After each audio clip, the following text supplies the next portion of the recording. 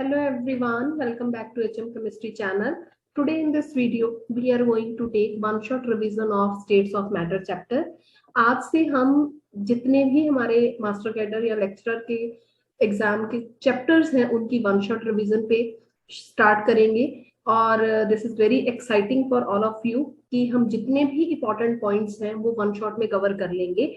और अगर आपको ये न्यूज अच्छी लगी है तो मेरे लिए क्या करके जाना है, आपने चैनल को सब्सक्राइब करके जाना है, कमेंट करके जाना है, बिकॉज आपका मोटिवेशन, आपका support that means a lot to me. Okay, so let us start states of matter chapter, जिसमें सॉलिड, गैसेस, लिक्विड, तीन स्टेट्स की बात हम करते हैं। कई बुक्स में ये चैप्टर कंबाइंड फॉर्मेट में मिलेंगे और किसी किसी बुक में ये तीन चैप्टर अलग अलग बने होते हैं। तो we are covering the solid state as well as liquid state today, sorry gaseous state and liquid state today, और solid का chapter हम अलग से करेंगे। okay, so what is matter? Anything which occupies space, ये सभी को पता है, बड़ी पुरानी डेफिनेशन है कि कोई भी चीज अगर मास ऑक्यूपाई करती है, anything which occupies space and having some mass is known as matter. Fine, उसको क्या बोलते हैं? मैटर। मैटर की तीन स्टेट है, सॉलिड है, लिक्विड है, गैसियस है। सभी को पता है इनकी प्रॉपर्टीज में। सॉलिड के पार्टिकल सारे बड़े बड़े बड़े बड़े छोटे छोटे सारे पास पास होंगे। सॉलिड के पार्टिकल पास पास है, जिसकी वजह से फोर्स ऑफ अट्रैक्शन बहुत ज्यादा है। ठीक है, और हमारे पास लिक्विड की बात करें तो यहाँ पे पार्टिकल्स एक दूसरे से थोड़े दूर हो जाते हैं। ठीक है, दिस इज लिक्विड और यहाँ पे फोर्स ऑफ अट्रैक्शन कम हो गया। और गैस की बात करें तो पार्टिकल बहुत ही ज्यादा दूर है, तो हमारे पास फोर्स ऑफ अट्रैक्शन ऑलमोस्ट हम बोलते हैं कि नेग्लिजिबल है। ठीक है, और इसमें इंटरमीडिएट होता है। फाइन, ये सबसे ज्यादा, उसके बाद ये, उसके बाद ये। गैसियस स्टेट्स में हम ये मानते हैं कि जो पार्टिकल्स हैं वो सारे दूर दूर होते हैं। दूर दूर होते हैं तो फोर्स ऑफ अट्रैक्शन इनका नेग्लिजिबल है, और जो भी पार्टिकल हैं वो कॉन्टिन्यूसली मोशन में है, जो एक जगह से दूसरी जगह तक मूव करते जा रहे हैं। और अगर मूवमेंट करेंगे तो हो सकता है कि वो एक दूसरे के साथ कोलाइड भी करें और कोलिजन हो। कोलिजन वो बोलता है कि हमारे पास हो सकता है कि पार्टिकल एक दूसरे के साथ टकराए, या हो सकता है कि कंटेनर की वॉल से टकराए। ठीक है, तो अब हमारे पास तीन चीजें हैं जो आपको चाहिए। पहला है मास, दूसरा है वॉल्यूम, और तीसरा है प्रेशर, कि हम किस तरीके से गैस का कैलकुलेट कर सकते हैं। Because we are going to start gaseous state, तो गैसियस स्टेट में ये तीन चीजें बहुत मैटर करेंगी कि हमने इसको कैसे सॉल्व करना है। ठीक है, सबसे पहले अगर हम मास की बात लें, मास हमारे पास यूजली ग्राम या केजी में हम रिप्रेजेंट करते हैं। वॉल्यूम है, वॉल्यूम को हम लीटर्स में या फिर सेंटीमीटर क्यूब में या फिर एमएल में एक्सप्रेस करते हैं। और प्रेशर की बड़ी सारी यूनिट्स हैं जो आपको पता होनी चाहिए, क्योंकि न्यूमेरिकल में ये हो सकता है कई बार आपको इसका एक्सचेंज करना पड़े यूनिट्स का। तो जब हम इस तरीके से चलते हैं तो मैं आपको थोड़ी सी यूनिट्स का भी बता देती हूँ कि प्रेशर हर बार, मान लो मैं लिखूं कि 1 एटमॉस्फेरिक प्रेशर है, 1 atmospheric pressure is exactly equal to 76 centimetre या फिर 760 mm of mercury at 0 degree Celsius, and it is also equal to 760 torr. ठीक है, तो 1 एटमॉस्फेयर 76 सेंटीमीटर या 760 mm ऑफ मर्करी के भी बराबर है। It is also equal to 760 torr. Fine, clear, 760 torr. यहां से मैं आपको वो बोल सकती हूँ कि 1 torr is equal to 1 mm, क्योंकि ये 760 mm के बराबर भी तो था, तो इसका मतलब 1 mm और 1 टॉर इट इज इक्वल। ठीक है, and 1 bar is also equal to 1 atmosphere. SI units की बात करें अगर हम प्रेशर की, तो it is pascal, it is pascal.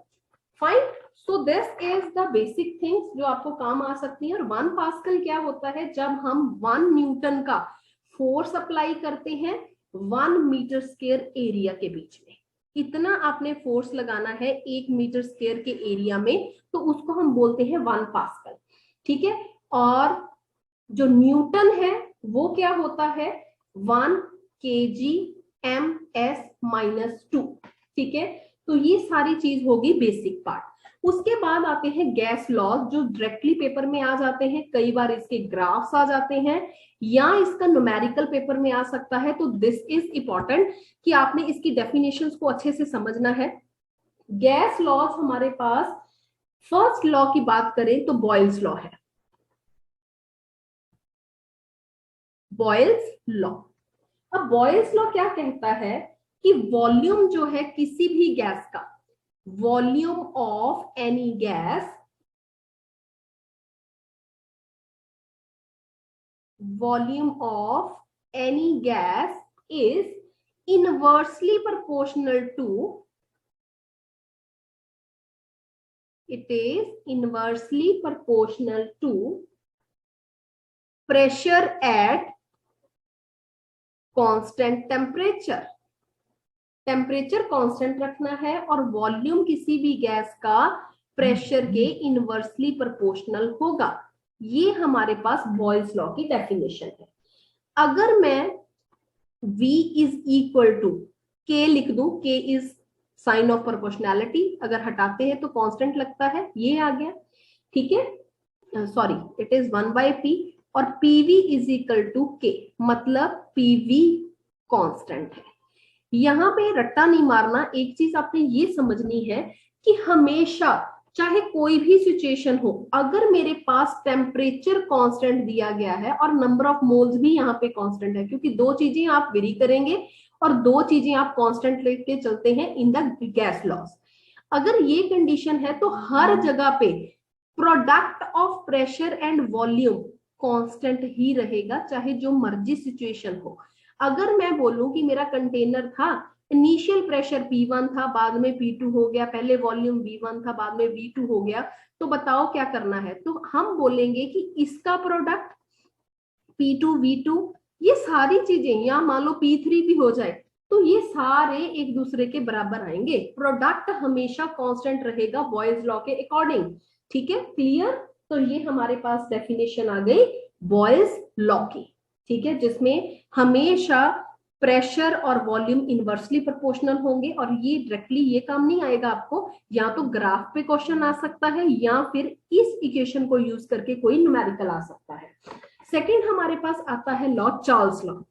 Charles law हमारे पास क्या डेफिनेशन रिप्रेजेंट करता है, अगेन आपको दो चीजें चेंज करनी है, दो कांस्टेंट रखनी है।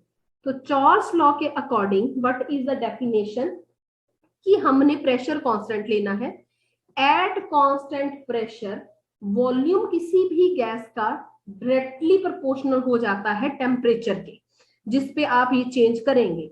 यहाँ बेसिकली नंबर ऑफ मोल भी कांस्टेंट होते हैं, ये बुक्स में नहीं लिखा होता। दो चीजें कांस्टेंट होती हैं, दो वेरी करते हैं।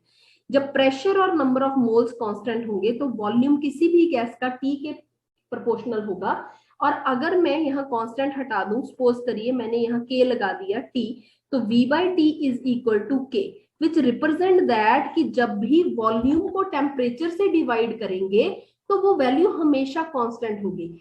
चाहे आपको वॉल्यूम अलग अलग भी दिए गए हो तो कोई चक्कर नहीं, इनका जो हमारे पास चेंज है, इनका जो डिवाइड करके जो आएगी वैल्यू, वो हमेशा कांस्टेंट होगी, चाहे आप कितनी बार भी इसको चेंज करें गैस में। बट प्रेशर हमारे पास कांस्टेंट होना चाहिए, नंबर ऑफ मोल्स कांस्टेंट होने चाहिए। ठीक है, अब एक और बड़ी इंपॉर्टेंट चीज मैं आपको बताती हूँ कि हम लिखते तो ये हैं, बट चार्ल्स लॉ में सही जो बुक्स आपकी +1 2 लिखती हैं वो ना इस तरीके से आपको रिप्रेजेंट करती हैं इस लॉ को। ठीक है, वो इस तरीके से लिखती हैं कि एट कांस्टेंट प्रेशर, हमारे पास जो चार्ल्स लॉ का एक्सप्रेशन है वो ये वाला आता है। ठीक है, आपकी बुक लिखती है। अगर मैं V0 को यहाँ पे कॉमन निकालूं तो इट इज 1/T/273, समझ रहे हैं आप। तो ये आ गया हमारे पास VT।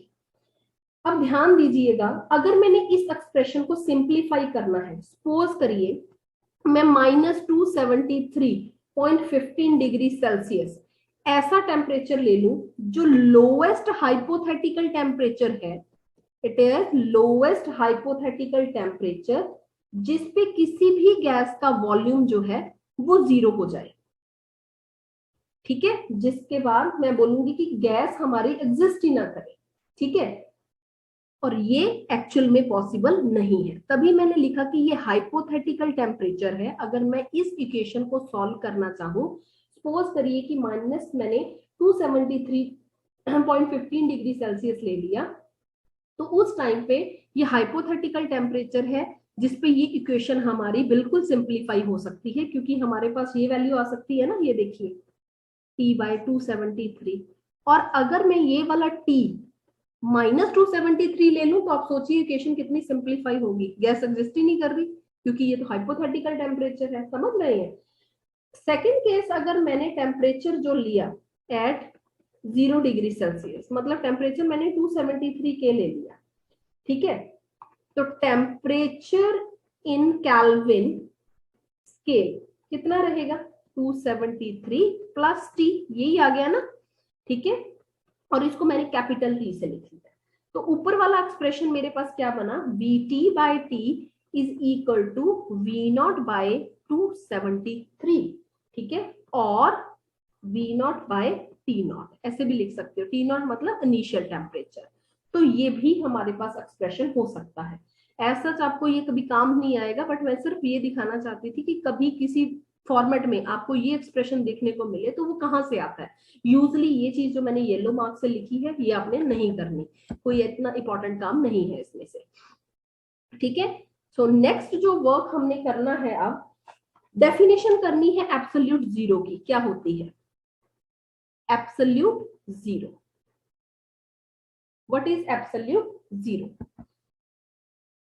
just I'm changing the color of ink. It is hypothetically possible temperature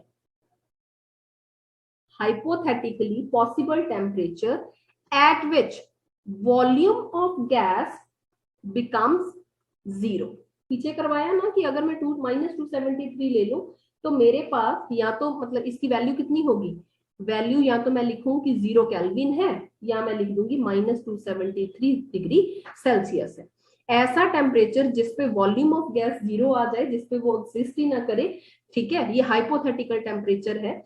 और हम ये मानते हैं कि इस टेम्परेचर पे काइनेटिक एनर्जी भी हमारी गैस मॉलिक्यूल की 0 हो जाती है। अगर काइनेटिक एनर्जी 0 है तो मोशन पॉसिबल नहीं है।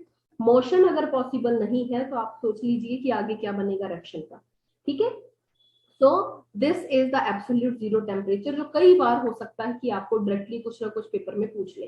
ठीक है, तो अगर हम थोड़े से ग्राफ भी रिवाइज कर लें, सपोज करिए अगर मैं प्रेशर और 1/V का ग्राफ ड्रॉ करती हूँ, इट इज लाइक दिस।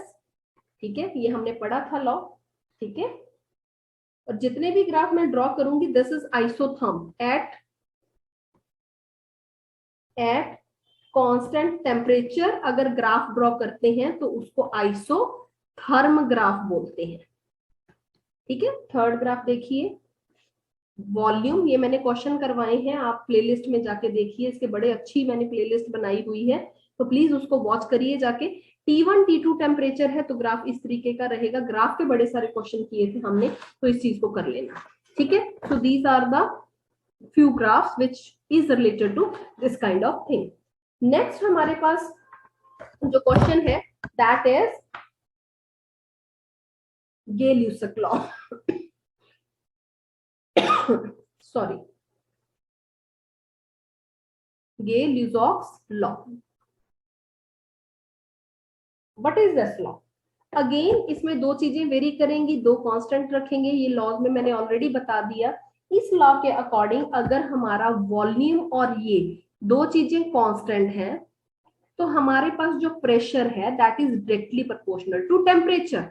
और अगर आप इसको हटाते हैं P/T is equal to constant, और यहां से आप क्या समझे कि हर बार अगर प्रेशर चेंज होता भी है, टेम्परेचर चेंज होता भी है, बट इनका जो डिवाइड के बाद वैल्यू आएगा वो हमेशा सेम रहेगा थ्रू आउट द रिएक्शन। समझ गए बात आप? तो this is known as Gay-Lussac's law. ठीक है, Gay-Lussac's लॉ। उसके बाद हमारे पास आता है आइडियल गैसिफिकेशन। 100% मैं लिख के देने के लिए तैयार हूं कि आपका पेपर जो है वो वेंडर वाली इक्वेशन या फिर आइडियल इक्वेशन के क्वेश्चन में से आ सकता है। ए बी की वैल्यूज के बीच में ये मैंने ऑलरेडी बता रखा है। तो after end of the chapter we will compile all the important things again. उसके बाद हमारे पास है ideal gas equation. Ideal gas equation जो है हमारे पास वो क्या रिप्रेजेंट करती है, इसका एक्सप्रेशन हमारे पास होता है PV equal to nRT. What is ideal gas equation? PV is equal to nRT. ठीक है, P क्या है हमारे पास? प्रेशर। ठीक है, this is pressure, V is volume, N is number of mole, R is gas constant और T हमारे पास क्या है? टेम्परेचर। अगर नंबर ऑफ मोल 1 है तो ये equation PV is equal to RT बन जाएगी। समझ रहे हैं आप? और अगर हमारे पास कोई n नंबर ऑफ मोल्स हैं तो इस इक्वेशन में आपको n लेना पड़ेगा। एंड n क्या होता है? नंबर ऑफ मोल निकालने का क्या तरीका होता है? Given weight divided by molecular weight. ठीक है, गिवन वेट को अगर मैं W से लिख लूं और इसको अगर मैं कैपिटल M से लिख लूं तो ये वाली इक्वेशन किस में चेंज हो जाएगी? W by M R T। ठीक है, W by M R T। समझ गए? अगर मैं P यहाँ पे लिख लूं W by B 1 by M R T। हाँ, मेरे को ये बताइए मास डेंसिटी क्या होती है? Density is equal to mass upon volume. Mass upon volume. तो क्या मैं यहाँ पे इसको लिख सकती हूँ? It is density into RT by M। ये प्रेशर की वैल्यू आ गई according to ideal gas equation. ठीक है, और यहां से जो R की वैल्यूज आएंगी वो देखिए 0.0821 लीटर एटमॉस्फेयर K-1 मोल -1। अगर प्रेशर लीटर में है, ठीक है, सॉरी वॉल्यूम लीटर में है, प्रेशर एटमॉस्फेयर में दिया गया है तो वैल्यू आपने ये लेनी है। उसके बाद 82.1 ml एटमॉस्फेयर K-1 मोल -1। इसकी वैल्यू 8.314 इंटू 10⁻⁷ अर्क K-1 mole -1। One value is 8.314 joule K-1 मोल -1, क्योंकि ये वैल्यू 1 जाउल के बराबर होती है। इसकी वैल्यू 1.987, जो नियरली मैं हमेशा सिखाती हूँ कि आप 2 के बराबर ले लीजिए। So these all are the values of R। साथ में मैं आपको एक चीज और मेंशन कर दूं कि ये वाली वैल्यूज यूजली न्यूमेरिकल में गिवन होती हैं। ज्यादातर 90% केसेस में ये वैल्यू आपको गिवन दी जाएगी। अगर ये गिवन नहीं दी है तो आपको यूनिट्स चेक करनी पड़ेगी प्रॉपर कि किस हिसाब से आपने यूनिट्स लेनी है। ज्यादातर ये दो वैल्यूज हम यूज करते हैं for doing the numericals. The next is Avogadro's number. The next is Avogadro's number, जिससे एक लॉ अटैच है, एवोगैड्रोस लॉ। एवोगैड्रो लॉ क्या कहता है कि हमारे पास, write down the definition, equal volumes of all the gases contain equal number of molecules under similar conditions of temperature and pressure। और हमारे पास यूजली स्टैंडर्ड कंडीशन पे 22.4 लीटर वॉल्यूम होता है या फिर 22,400 ml। ये स्टैंडर्ड कंडीशंस पे हम इतना वॉल्यूम लेके चलते हैं। ठीक है, ये हो गया हमारे पास Avogadro's law. Clear? Avogadro's law. The next is Graham's law. Graham's law of diffusion. Diffusion के ऊपर आपको थ्योरेटिकल क्वेश्चन भी मिल सकते हैं, ये कर लीजिएगा, बहुत इंपॉर्टेंट है। ठीक है, और मान के चलिए कि आपको जैसे semi permeable membrane, isotonic solution, hypertonic solution, इस तरीके के क्वेश्चन पेपर में देखने के लिए मिल सकते हैं। ग्राहम लॉ डिफ्यूजन के अंदर हमारे पास जो एक्सप्रेशन आता है उसको देखिए पहले। Under the similar conditions of temperature and pressure, ये तो सेम रखने हैं। Rate of diffusion of gases, rate of diffusion of gases is inversely proportional to square root of their densities, ठीक है, या फिर वेपर डेंसिटी, एक ही बात है, या फिर मॉलिक्यूलर मास, तीन चीजों के ये बराबर होता है। अगर मैं रेशियो की बात करूं, सपोज करिए R1 by R2 कोई गैस है, दो गैसेस हैं, तो इनका रेशियो लिख लीजिए क्योंकि यही क्वेश्चन पेपर में आते हैं। तो D2 by D1, या फिर इसकी जगह पे vapour density of 2 divided by vapour density of 1, या फिर ये M2 by M1 इसके बराबर भी हो सकता है। या फिर एक एक्सप्रेशन और आता है जिसमें हम P1 अपॉन P2 और साथ में हम लिख देते हैं M2 by M1। तो कोई भी चीज आपको क्वेश्चन में पूछी जा सकती है, और ये याद रखिए 100% आई एम सेइंग कि ये न्यूमेरिकल पेपर में मिल सकता है कि सपोज एक हीलियम गैस है, एक ये गैस है, बताओ जी किसका रेट ऑफ डिफ्यूजन ज्यादा है, ठीक है, किसका मॉलिक्यूलर मास ज्यादा है। तो ये चीजें, ऐसे क्वेश्चन आप प्रिपेयर रहिए कि डिफ्यूजन में से क्वेश्चन पेपर में आएगा ही आएगा। उसके बाद नेक्स्ट पार्ट जो आता है that is kinetic energy. Kinetic energy, या फिर आप सीधा लिखिए kinetic theory of gases. Kinetic theory of gases, मैं आपको एक चीज समझा दूं कि पिछले पेपर से ये लोग पोस्टुलेट्स के ऊपर बहुत ध्यान देते हैं, थ्योरेटिकल क्वेश्चंस के ऊपर बहुत ज्यादा फोकस है। तो हम क्या करते हैं, हम सारा चैप्टर पढ़ लेते हैं, और बहुत सारे स्टूडेंट काइनेटिक एनर्जी की जो थ्योरी है गैसेस की, वो कभी भी उसके पोस्टुलेट्स नहीं पढ़ते, और पेपर में क्या रखा होता है, कोलिजन थ्योरी के पोस्टुलेट्स, ठीक है, और काइनेटिक थ्योरी के पोस्टुलेट्स, वैन डर वाल इक्वेशन के जो है वो मेन पॉइंट्स, ऐसा कुछ वो पेपर में पूछते हैं। तो इन सभी चीजों को पढ़िए, पेपर के लिए इंपॉर्टेंट है। काइनेटिक थ्योरी ऑफ गैसेस के अकॉर्डिंग जो पहला पार्ट था वो ये था कि गैस जो है it is made up of small spherical elastic particle, छोटे छोटे छोटे छोटे पार्टिकल्स हैं जिससे हमारी गैस बनती है, और उसको हम बोलते हैं मॉलिक्यूल्स।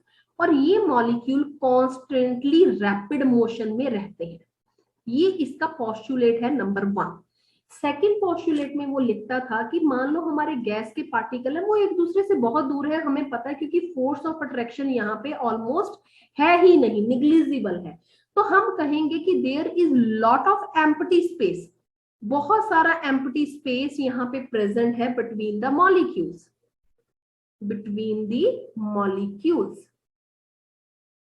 ठीक है। और हम बोलेंगे कि द एक्चुअल वॉल्यूम ऑफ, ये बड़ा इंपॉर्टेंट पॉइंट है, actual volume of gas molecule is negligible as compare to total volume of gas. कि एक गैस मॉलिक्यूल का मतलब, बड़ी सारी गैस है, पूरे कमरे में गैस है, तो मैं चाहूं कि अगर मैं एक पार्टिकल का वॉल्यूम निकालना चाहूं तो आप पूरी गैस के मुकाबले उसका निग्लेक्ट कर सकते हैं, क्योंकि ये बहुत निग्लिजिबल अमाउंट में वैल्यू आएगी। अब ये क्या कहता है, थर्ड पोस्टुलेट हमारा है कि जब भी हमारे गैस मॉलिक्यूल सपोज किसी कंटेनर में है, तो हमारे पास ये गैस मॉलिक्यूल क्या करेंगे, एक दूसरे से टकराएंगे, तो ये प्रेशर हमारे पास वॉल्स पे भी एक्सर्ट करते हैं। It can exert the pressure at walls of the container. और ये भी लिखते हैं कि जितने भी हमारे आपस में ये टकराते हैं उसकी वजह से कोलिजन होते हैं, तो वो कोलिजन वॉल से टकराने से भी हो सकते हैं, या हो सकता है कि पार्टिकल ही पार्टिकल के साथ टकराए। और यहां से क्वेश्चन पेपर में आया हुआ था प्रीवियस ईयर क्वेश्चन कि हमारे पास जितने भी कोलिजन है, काइनेटिक थ्योरी क्या बताती है कि हमारे पास सारे के सारे collision these are perfectly elastic. Perfectly elastic का मतलब there is no loss of energy during the collision. तो इस पे ऊपर हमारा पेपर आया हुआ था, क्वेश्चन आया हुआ था, तो इसको देख लीजिए। ठीक है, now the fourth point is there is no force of attraction और रिपल्शन बिटवीन द मॉलिक्यूल्स। किसी भी मॉलिक्यूल की आपस में अट्रैक्शन या रिपल्शन नहीं है दूसरे के साथ, और ना ही इफेक्ट ऑफ ग्रेविटी है। No effect of gravity on the motion of particles, ये भी काइनेटिक थ्योरी का पोस्टुलेट है। ठीक है, तो ये जब पेपर में आते हैं तो हम लोगों को नहीं आते, क्योंकि हम पढ़ते ही नहीं है ये चीजें। ठीक है, तो प्लीज इसको पढ़िए, क्योंकि मैंने बोल दिया ये इंपॉर्टेंट है। उसके बाद हमारे पास जो एवरेज काइनेटिक एनर्जी है गैस मॉलिक्यूल की, वो डायरेक्टली प्रोपोर्शनल होती है एब्सोल्यूट टेम्परेचर के। ये भी इसका पोस्टुलेट है। तो अबव पोस्टुलेट्स के हिसाब से हमारे पास एक इक्वेशन आ जाती है जो बनेगी इस तरीके से, PV is equal to 1/3 mnc²। P pressure है, V वॉल्यूम है, ये मास है, N क्या है, नंबर ऑफ मोल्स, ठीक है, या number of gas particle, C है रूट मीन स्क्वायर वेलोसिटी। और जब हम इसको सॉल्व करेंगे तो हम ये लिख सकते हैं PV is equal to RT के भी तो बराबर होता है ना ये, it is equal to 1/3 mnc²। अगर मैं इसको 2 से ही मल्टीप्लाई कर दूं, 2 से ही डिवाइड कर दूं, तो मेरे पास क्या एक्सप्रेशन बनेगा, 2/3। ये सारी क्या चीज है, ये काइनेटिक एनर्जी है, दिस इज काइनेटिक एनर्जी। ठीक है, अब इसका मतलब kinetic energy is equal to 3/2 RT या फिर 3/2 PV। ये इंपॉर्टेंट है, कई बार इसके बेस पे भी न्यूमेरिकल आ जाते हैं सीधे सीधे। ठीक है, तो ये इंपॉर्टेंट है। उसके बाद ध्यान से सुनिए, अगर एक मॉलिक्यूल का पूछा हो kinetic energy of single molecule, तो वो किसके बराबर होगी, 3/2 RT/N, और ये यहां से बन जाता है 3/2 KT। K क्या है यहाँ पे, बोल्ट्जमैन कांस्टेंट। मैं जितने इंपॉर्टेंट पॉइंट्स हैं मैं उसको कवर कर रही हूँ, I am not going to give you full detail. सिर्फ आपको चैप्टर पढ़ने के बाद अगर ये पढ़ लेते हैं तो पेपर में काफी चीजों में ये काम आएगा। ठीक है, उसके बाद क्वेश्चन आता है मॉलिक्यूलर स्पीड्स का। मॉलिक्यूलर स्पीड्स, मॉलिक्यूलर स्पीड्स हमारे पास 3 तरीके की हैं, जिसके ऊपर मैंने बहुत सारे क्वेश्चन करवाए हैं, तो I will tag this video in the description box, तो वो सारी पढ़नी है। तो 3 तरह की हमारे पास स्पीड्स हैं। पहली है root mean square speed, second one is average speed, third one is most probable speed. ठीक है, मोस्ट प्रोबेबल स्पीड। तो ये 3 तरह की स्पीड्स हैं जिसके ऊपर श्योरिटी से लिख लीजिए कि पेपर में क्वेश्चन आएगा ही आएगा। So root mean square velocity को C से लिखती हैं books, and it is equal to individual particle की जितनी भी root mean square velocity speeds हैं उस सभी का टोटल और डिवाइडेड बाय n। जितने पार्टिकल हैं उनके हिसाब से आप ये कर देंगे। ठीक है, या फिर root mean square velocity is equal to 3PV/m या फिर 3RT/m या फिर 3P/डेंसिटी। ये आ गया। सेकेंड हमारे पास है एवरेज स्पीड। एवरेज स्पीड हमारे पास सभी की एवरेज होगी, तो मैं इसको लिख देती हूं कि average speed this is equal to जितनी भी स्पीड्स आपके पास हैं up to the n particle, उसको n से डिवाइड कर दीजिए, एवरेज स्पीड आ जाएगी। And this is also equal to 8RT/πm। ये एक्सप्रेशन आपको यूज होंगे हर न्यूमेरिकल में, मैंने बहुत सारे न्यूमेरिकल कराए, काइंडली उसको देखिए, उसके बाहर आपको जाने की जरूरत नहीं है, पेपर में वहीं से क्वेश्चन आ जाएगा। उसके बाद हमारे पास अगर आपस में एक्सप्रेशन पूछा है इन दोनों का, तो 0.9213 इंटू RMS, एक दूसरे के साथ इसका रिलेशन ये है। मोस्ट प्रोबेबल स्पीड में हम क्या लिखते हैं कि it is equal to 2RT/m, और अगर हम कहें कि इन दोनों का रिलेशनशिप पूछे तो 0.8164 इंटू RMS, और तीनों का एक्सप्रेशन अगर पूछा जाए, मोस्ट प्रोबेबल स्पीड, ये बहुत बार आता है, एवरेज स्पीड, और तीसरा हमारे पास है RMS, तो तीनों का एक्सप्रेशन 1:1.128:1.224, ये आपस का इनका रिलेशनशिप है जो बहुत इंपॉर्टेंट है, जो आपने करना है, ठीक है, जो आपने करना है। नेक्स्ट, उसके बाद आती है Van der Waals equation. Van der Waals equation, Van der Waals equation के हिसाब से हमने 3-4 चीजें पढ़नी है, जिसके बेस पे मैंने न्यूमेरिकल ऑलरेडी करवा रखे हैं, मैं बार बार बोल रही हूँ, उसको करिए, सीधा पढ़ने का कोई फायदा नहीं है। हमारे पास वेंडरवॉल इक्वेशन जो है वो रियल गैसेस के लिए थी, और हमारे पास जो इक्वेशन आती है वो P + AN² upon V², V - NB is equal to nRT, ये वेंडरवॉल इक्वेशन है। अगर नंबर ऑफ मोल 1 हो तो इक्वेशन क्या बनेगी, P + A/V², V - B is equal to RT। यहाँ पे जो A और B है वो कांस्टेंट है, और A की यूनिट की बात करें तो this is litre square atmosphere mole -2, या फिर पास्कल m6 मोल -2। बी की यूनिट्स की बात की जाए तो दिस इज लीटर और dm³ और मीटर क्यूब, और ये हमारे पास सिर्फ रियल गैस को डिनोट करती है, आइडियल गैस को नहीं। कौन कौन से फैक्टर हैं जिस पे रियल गैस बनती है, कौन सा टेम्परेचर, कौन सा प्रेशर, ये बहुत इंपॉर्टेंट है, इसको करना है आप लोगों ने, ठीक है। अब हमारे पास बारी आती है कि ये ए और बी क्या क्या रिप्रेजेंट करते हैं, क्योंकि ये बड़ी इंपॉर्टेंट चीज है जिसके ऊपर डायरेक्टली पेपर में ना बहुत बार क्वेश्चन आता है कि ए क्या है, बी क्या है, ठीक है, तो इसको करना है।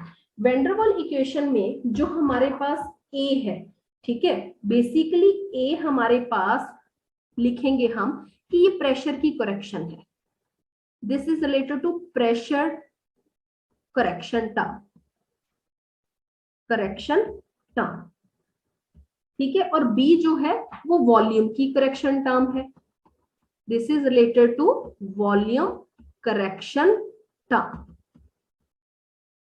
ठीक है। अब हमारे पास जो ए है वो क्या मेजर करता है, so kindly note down this thing. A हमारे पास मैग्नीट्यूड ऑफ फोर्सेस, जो अट्रैक्टिव फोर्सेस हैं उसका रिप्रेजेंटेशन करता है मॉलिक्यूल्स के बीच में, और जो बी है, ठीक है, वो हमारे पास इफेक्टिव साइज के बारे में बताता है, लिख लीजिए, it tells us about the effective size of molecules, ठीक है, या फिर को वॉल्यूम के बारे में बताता है, कई बुक्स को वॉल्यूम भी लिखती हैं। यहां से आपने 3 चीजें समझनी है, ये बड़ा इंपॉर्टेंट काम है, एक आधे नंबर का क्वेश्चन यहां से पक्का मान के चलिए आप। ए जो है हमारे पास वो लिक्विफिकेशन के साथ भी रिलेट करता है, कई बार इसका न्यूमेरिकल आ जाता है पेपर में लिक्विफिकेशन का, ठीक है, मैं बताती हूँ कैसे। और जो बी है हमारे पास वो तो मैंने आपको ऑलरेडी बता ही दिया कि इफेक्टिव साइज का है, और वो कैसे करता है वो भी बताती हूँ। चलिए, सो let us try the liquefaction part कि हम किसको कैसे रिलेट करेंगे। लिक्विफिकेशन पार्ट में आप लिखिए कि जितनी ए की वैल्यू ज्यादा होगी लिक्विफिकेशन भी उतनी ही ज्यादा होगी, तो कई बार ए बी वैल्यूज दी होती हैं, हमारे पास सीधा हमें ये बताना होता है कि किस गैस की लिक्विफिकेशन ज्यादा है, तो जिसकी ए की वैल्यू ज्यादा उसकी लिक्विफिकेशन भी ज्यादा, ठीक है। और जो बी है हमारे पास, जिसकी बी की वैल्यू ज्यादा होगी, ठीक है, larger is the value of b, हम बोलेंगे कि उसका जो साइज है वो भी ज्यादा होगा, और अगर साइज ज्यादा है तो इसका कंप्रेसिबल वॉल्यूम वो क्या होगा, कम होगा। तो ये कुछ चीजें हैं जो आपने याद करनी है, ठीक है, मैंने ये आपको ऑलरेडी बता दिया। बी की यूनिट दोबारा देखिए, इट इज लीटर मोल -1 या फिर मीटर क्यूब, मोल -1, ये इसकी यूनिट है। तो इसकी दोबारा देख लीजिए, पेपर में आती है atmosphere litre square mole -2, atmosphere dm6 मोल -2, न्यूटन मीटर 4 मोल -2, ये इसकी यूनिट्स हैं ए और बी की। पक्का पेपर में आएगा ये, इसको अच्छे से कर लीजिए, बहुत ही ज्यादा इंपॉर्टेंट है। इसको को वॉल्यूम, इसको एक्सक्लूडेड वॉल्यूम ये भी बोलते हैं। ठीक है, अब बात आती है हमारे पास z की वैल्यूज की, जो कई बार पेपर में डायरेक्टली क्वेश्चनों में पूछी जाती है। तो इसको लिखिए कि हम लिखते हैं PV अपॉन nRT। हमारे पास एक फैक्टर होता है z के बराबर आता है, और z को हम क्या बोलते हैं, compressibility factor. Compressibility factor z क्या है, कंप्रेसिबिलिटी फैक्टर। अगर z की वैल्यू 1 से कम है, ज्यादा है या इक्वल है, तो क्या केसेस बनते हैं, ये ऑलरेडी पेपर में बहुत बार पेपर में आ चुका है। नीट जेई में तो ये आम ही क्वेश्चन है कि ये आना ही आना होता है। तो अगर z की वैल्यू लेस देन 1 है, ठीक है, यूनिटी से ज्यादा है, तो हम लिखेंगे कि गैस बहुत ज्यादा कंप्रेसिबल है, गैस इज मोर कंप्रेसिबल। अगर z की वैल्यू 1 से ज्यादा है, हम लिखेंगे gas is less compressible. z की वैल्यू 1 है तो जो गैस है वो आइडियल गैस है, उसका कुछ नहीं होगा, ना वो कंप्रेस होगी ना वो जो है चलेगी। फाइन, तो greater is the departure from z value, z value से जितना डिपार्चर होता जाएगा यूनिटी से, उतनी ही डेविएशन हमारे पास होगी आइडियल गैस की रियल गैस बनने में। मतलब जितनी z की वैल्यू 1 से चेंज, ये 1 होना चाहिए, अगर 1 से ये वैल्यू चेंज होती जाती है तो हम बोलेंगे कि इसमें डेविएशन आ रही है और इसकी वैल्यूज जो है वो चेंज हो रही है। फाइन, सो ये इंपॉर्टेंट पार्ट था, इसको करिएगा प्लीज क्योंकि ये इंपॉर्टेंट है। उसके बाद मैंने आपको सिखाया था कि P plus AN square upon V square, इसको समझ लीजिए, V minus NB is equal to nRT। और अगर हमारे पास 1 मोल है तो मैंने आपको बताया था कि मेरे पास इक्वेशन बनेगी ये वाली। ठीक है, अब मेरे को ये बताइए कि अगर मैं प्रेशर लो ले लूं, लो प्रेशर की अगर हम बात करते हैं, ध्यान से सुनिएगा, ये सीधा क्वेश्चन बहुत बार पेपर में आया हुआ है। अगर हम प्रेशर लो ले लें, प्रेशर अगर हमारे पास कम है, तो हम क्या बोलेंगे कि अगर प्रेशर कम है तो प्रेशर की करेक्शन टर्म तो बहुत ही ज्यादा कम होगी, तो हम इसको नेग्लेक्ट कर देंगे, सीधा ये लिख लेते हैं।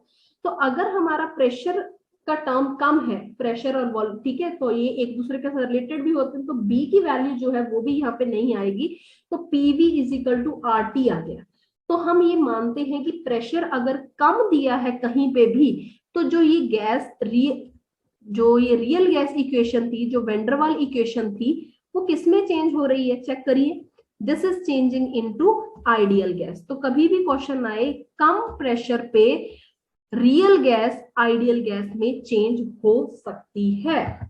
नेक्स्ट पार्ट, अगर हम हाई प्रेशर की बात करते हैं तो वो तो हमारे पास सारा हिल जाएगा, ठीक है पार्ट, तो उसको करने की इतनी जरूरत नहीं। हाई टेम्परेचर की बात, सेकेंड पार्ट लेके चलिए, हाई टेम्परेचर, जो बहुत बार पेपर में आता है। अगर टेम्परेचर हाई आपने ले लिया, V is directly proportional to temperature, अगर टेम्परेचर हाई है तो वॉल्यूम भी तो बहुत बड़ा हो गया ना, तो इसके हिसाब से हम क्या कहेंगे, अगर वॉल्यूम बड़ा है तो प्रेशर वाली टर्म जो है, करेक्शन टर्म्स, वो हटा देंगे हम, तो अगेन हमारे पास PV is equal to RT आ जाएगा।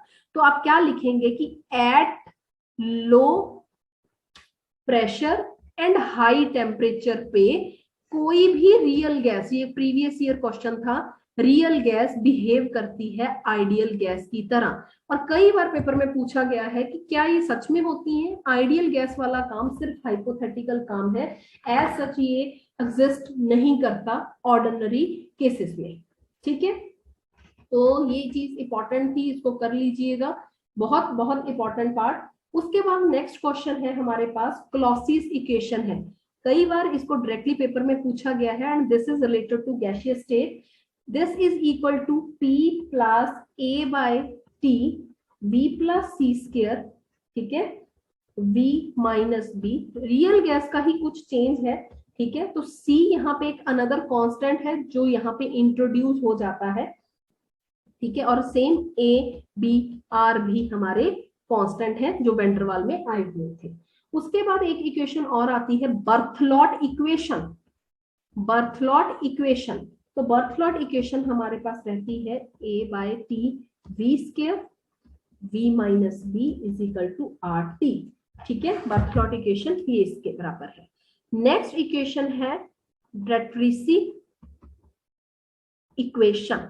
ये कई बार ना मैंने IIT वगैरह के पेपरों में देखी है, तो आप इक्वेशन याद कर लीजिए, कई बार ये पेपर में सीधा सीधा पूछा गया है, so it is mandatory to at least learn the equations. ठीक है, ये हो गया। उसके बाद ये सारा बेसिक पार्ट डन है। उसके बाद ना 3-4 चीजें हैं जो आपने समझनी है और ये भी प्रीवियसली पेपर में आई हुई है। पहली टर्म है critical pressure. Critical pressure, critical pressure को PC से लिखा जाता है। ठीक है, एक है क्रिटिकल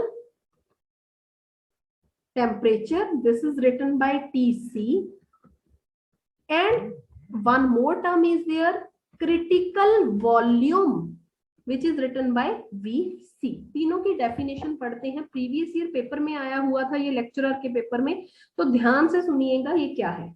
मिनिमम प्रेशर जो किसी भी गैस को चाहिए for liquefaction, the minimum temperature at which gas is undergoing liquefaction is known as critical pressure. ऐसा टेम्परेचर, ठीक है, जिसपे वो गैस लिक्विफाई हो जाए, मिनिमम टेम्परेचर, उसको तो क्रिटिकल टेम्परेचर कहेंगे। उस टाइम पे गैस का कितना प्रेशर था उसको बोलेंगे क्रिटिकल प्रेशर। और इसकी वैल्यूज पेपर में पूछी गई थी प्रीवियस ईयर में। PC is equal to A/27 B square. AB वही कांस्टेंट है जो पीछे आप पढ़ चुके हैं। क्रिटिकल टेम्परेचर है ऐसा temperature, the temperature above which gas can't be liquefied। ऐसा टेम्परेचर जिसके ऊपर जाने के बाद गैस को आप लिक्विफाई नहीं करेंगे, howsoever high pressure you can apply. जितना मर्जी प्रेशर अप्लाई करते रहो कोई चेंज नहीं आएगा। तो TC की वैल्यू प्रीवियस ईयर पेपर में पूछी गई थी, इट इज 8A/27 RB, वही AB constant van der Waal वाले। क्रिटिकल वॉल्यूम क्या होता है, the volume occupied by 1 mole of gas at critical temperature और critical pressure is known as critical volume. Okay, and it is equal to VC is equal to 3B। ये बहुत important है, तीनों चीजें expressions आपने अच्छे से पढ़ने हैं, और आपस का रिलेशनशिप इनका PC/VC is equal to 3/8 RTC, इसके बराबर आ जाता है आपस का रिलेशनशिप। नेक्स्ट टर्म जो आपने पढ़नी है that is Boyle's temperature, and one more is there inversion temperature. Inversion temperature, boils temperature and inversion temperature. So first of all we will do what is boils temperature. ऐसा temperature, the temperature, ink change ही नहीं हुई, just wait, ऐसा temperature at which real gas exhibit ideal gas behavior, उसको बोलेंगे boils temperature.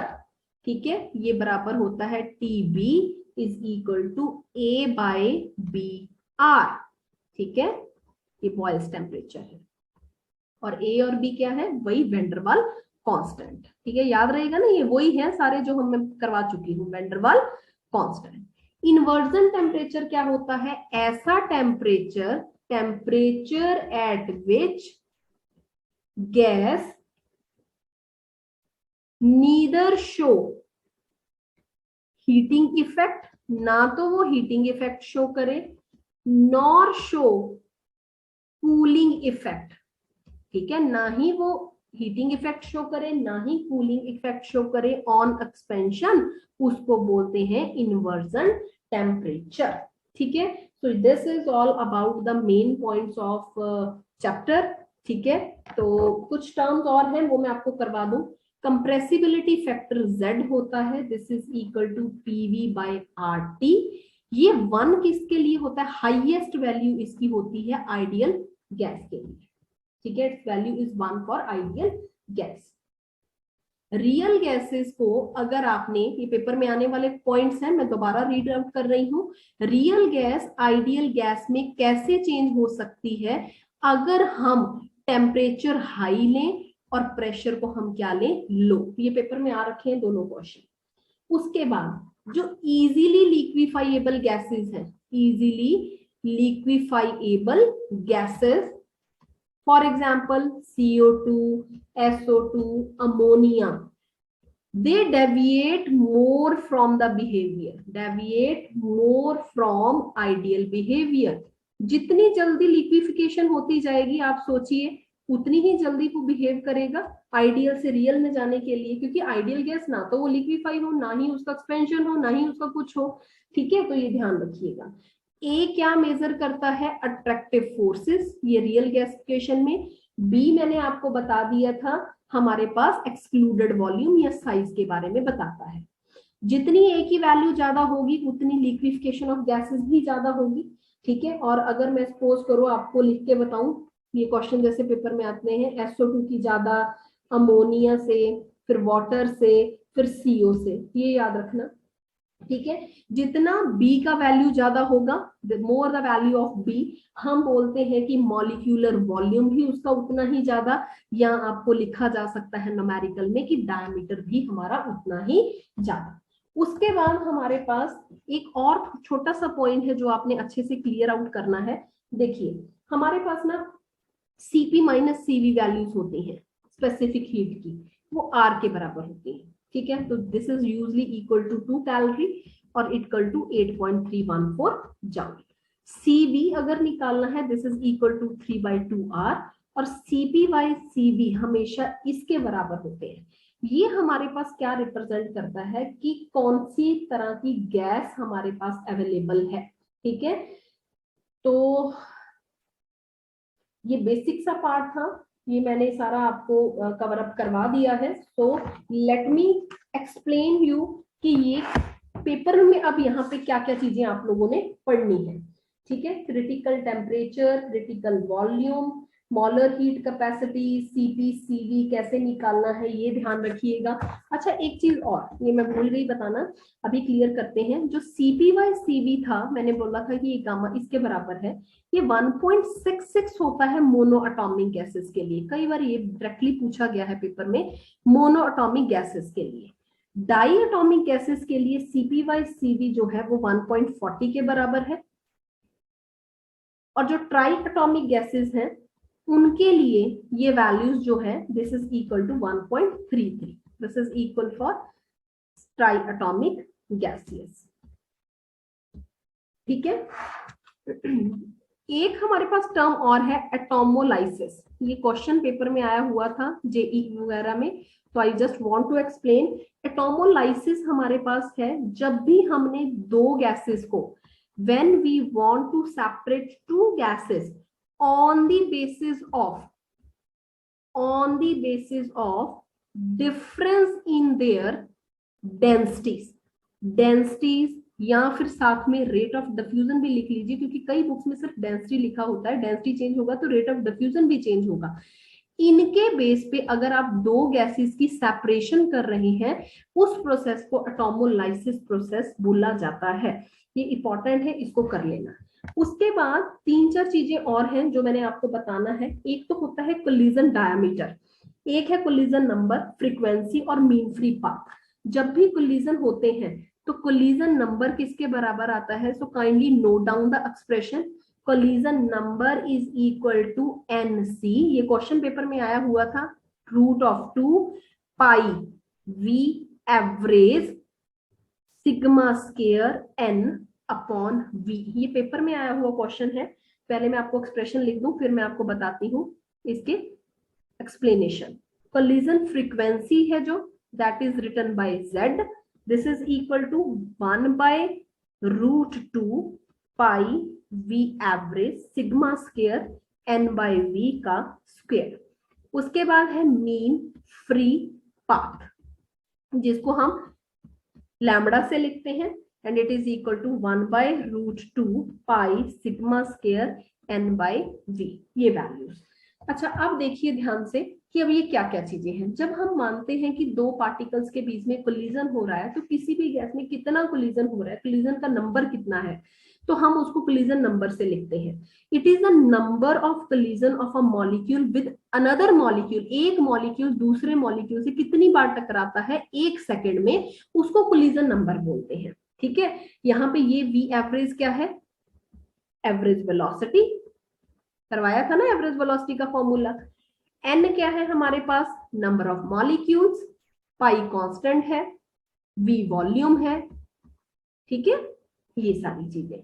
और जो sigma है वो क्या है, कोलिजन का डायामीटर। ये गिवन होगा न्यूमेरिकल में, डोंट वरी, अगर पेपर आता है तो ये गिवन होगा।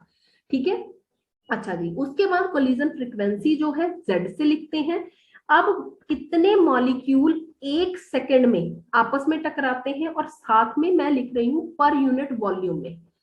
समझ रहे हैं आप, मान लो कोई कंटेनर है, मैंने लिख दिया कि 1 यूनिट वॉल्यूम में कितने पार्टिकल एक दूसरे के साथ एक सेकंड में टकरा रहे हैं, वो कोलिजन फ्रीक्वेंसी हो गई, वो इसके बराबर है। और मीन फ्री पाथ होता है कि average distance travelled between two successive collision, दो सक्सेसिव कोलिजन के बीच में कितना डिस्टेंस कवर किया गया, this is written by lambda, ये इसके बराबर है। और साथ में सुनिए कि जो मीन फ्री पाथ है वो टेम्परेचर के तो डायरेक्टली प्रोपोर्शनल होगा, याद रखिएगा। ठीक है, this is directly proportional to temperature. Pressure अगर कांस्टेंट दिया गया है, कई बार सीधा क्वेश्चन पूछा जाता है, टेम्परेचर बढ़ गया तो मीन फ्री पाथ का क्या होगा, वो भी बढ़ेगा। अगर मैंने टेम्परेचर कांस्टेंट लिया तो ये दोनों चीजें इनवर्सली प्रोपोर्शनल हैं। Third factor, lambda is inversely proportional to sigma. Temperature pressure दोनों कांस्टेंट हैं, तो अगर डायमीटर बढ़ा तो ये कम हो जाएगा। ये बहुत इंपॉर्टेंट पार्ट था, so kindly see this. So now what can come in your paper? ठीक है, तो important points, important points for your paper, kindly note down. ये मैं बहुत बार बताती हूँ, यार मैं गेस जो बता रही हूँ पेपर में वही आएगा। पहला बात, इसमें से जितने भी थ्योरेटिकल पार्ट के क्वेश्चन बनते हैं, थ्योरेटिकल क्वेश्चंस बनते हैं, वो करने हैं।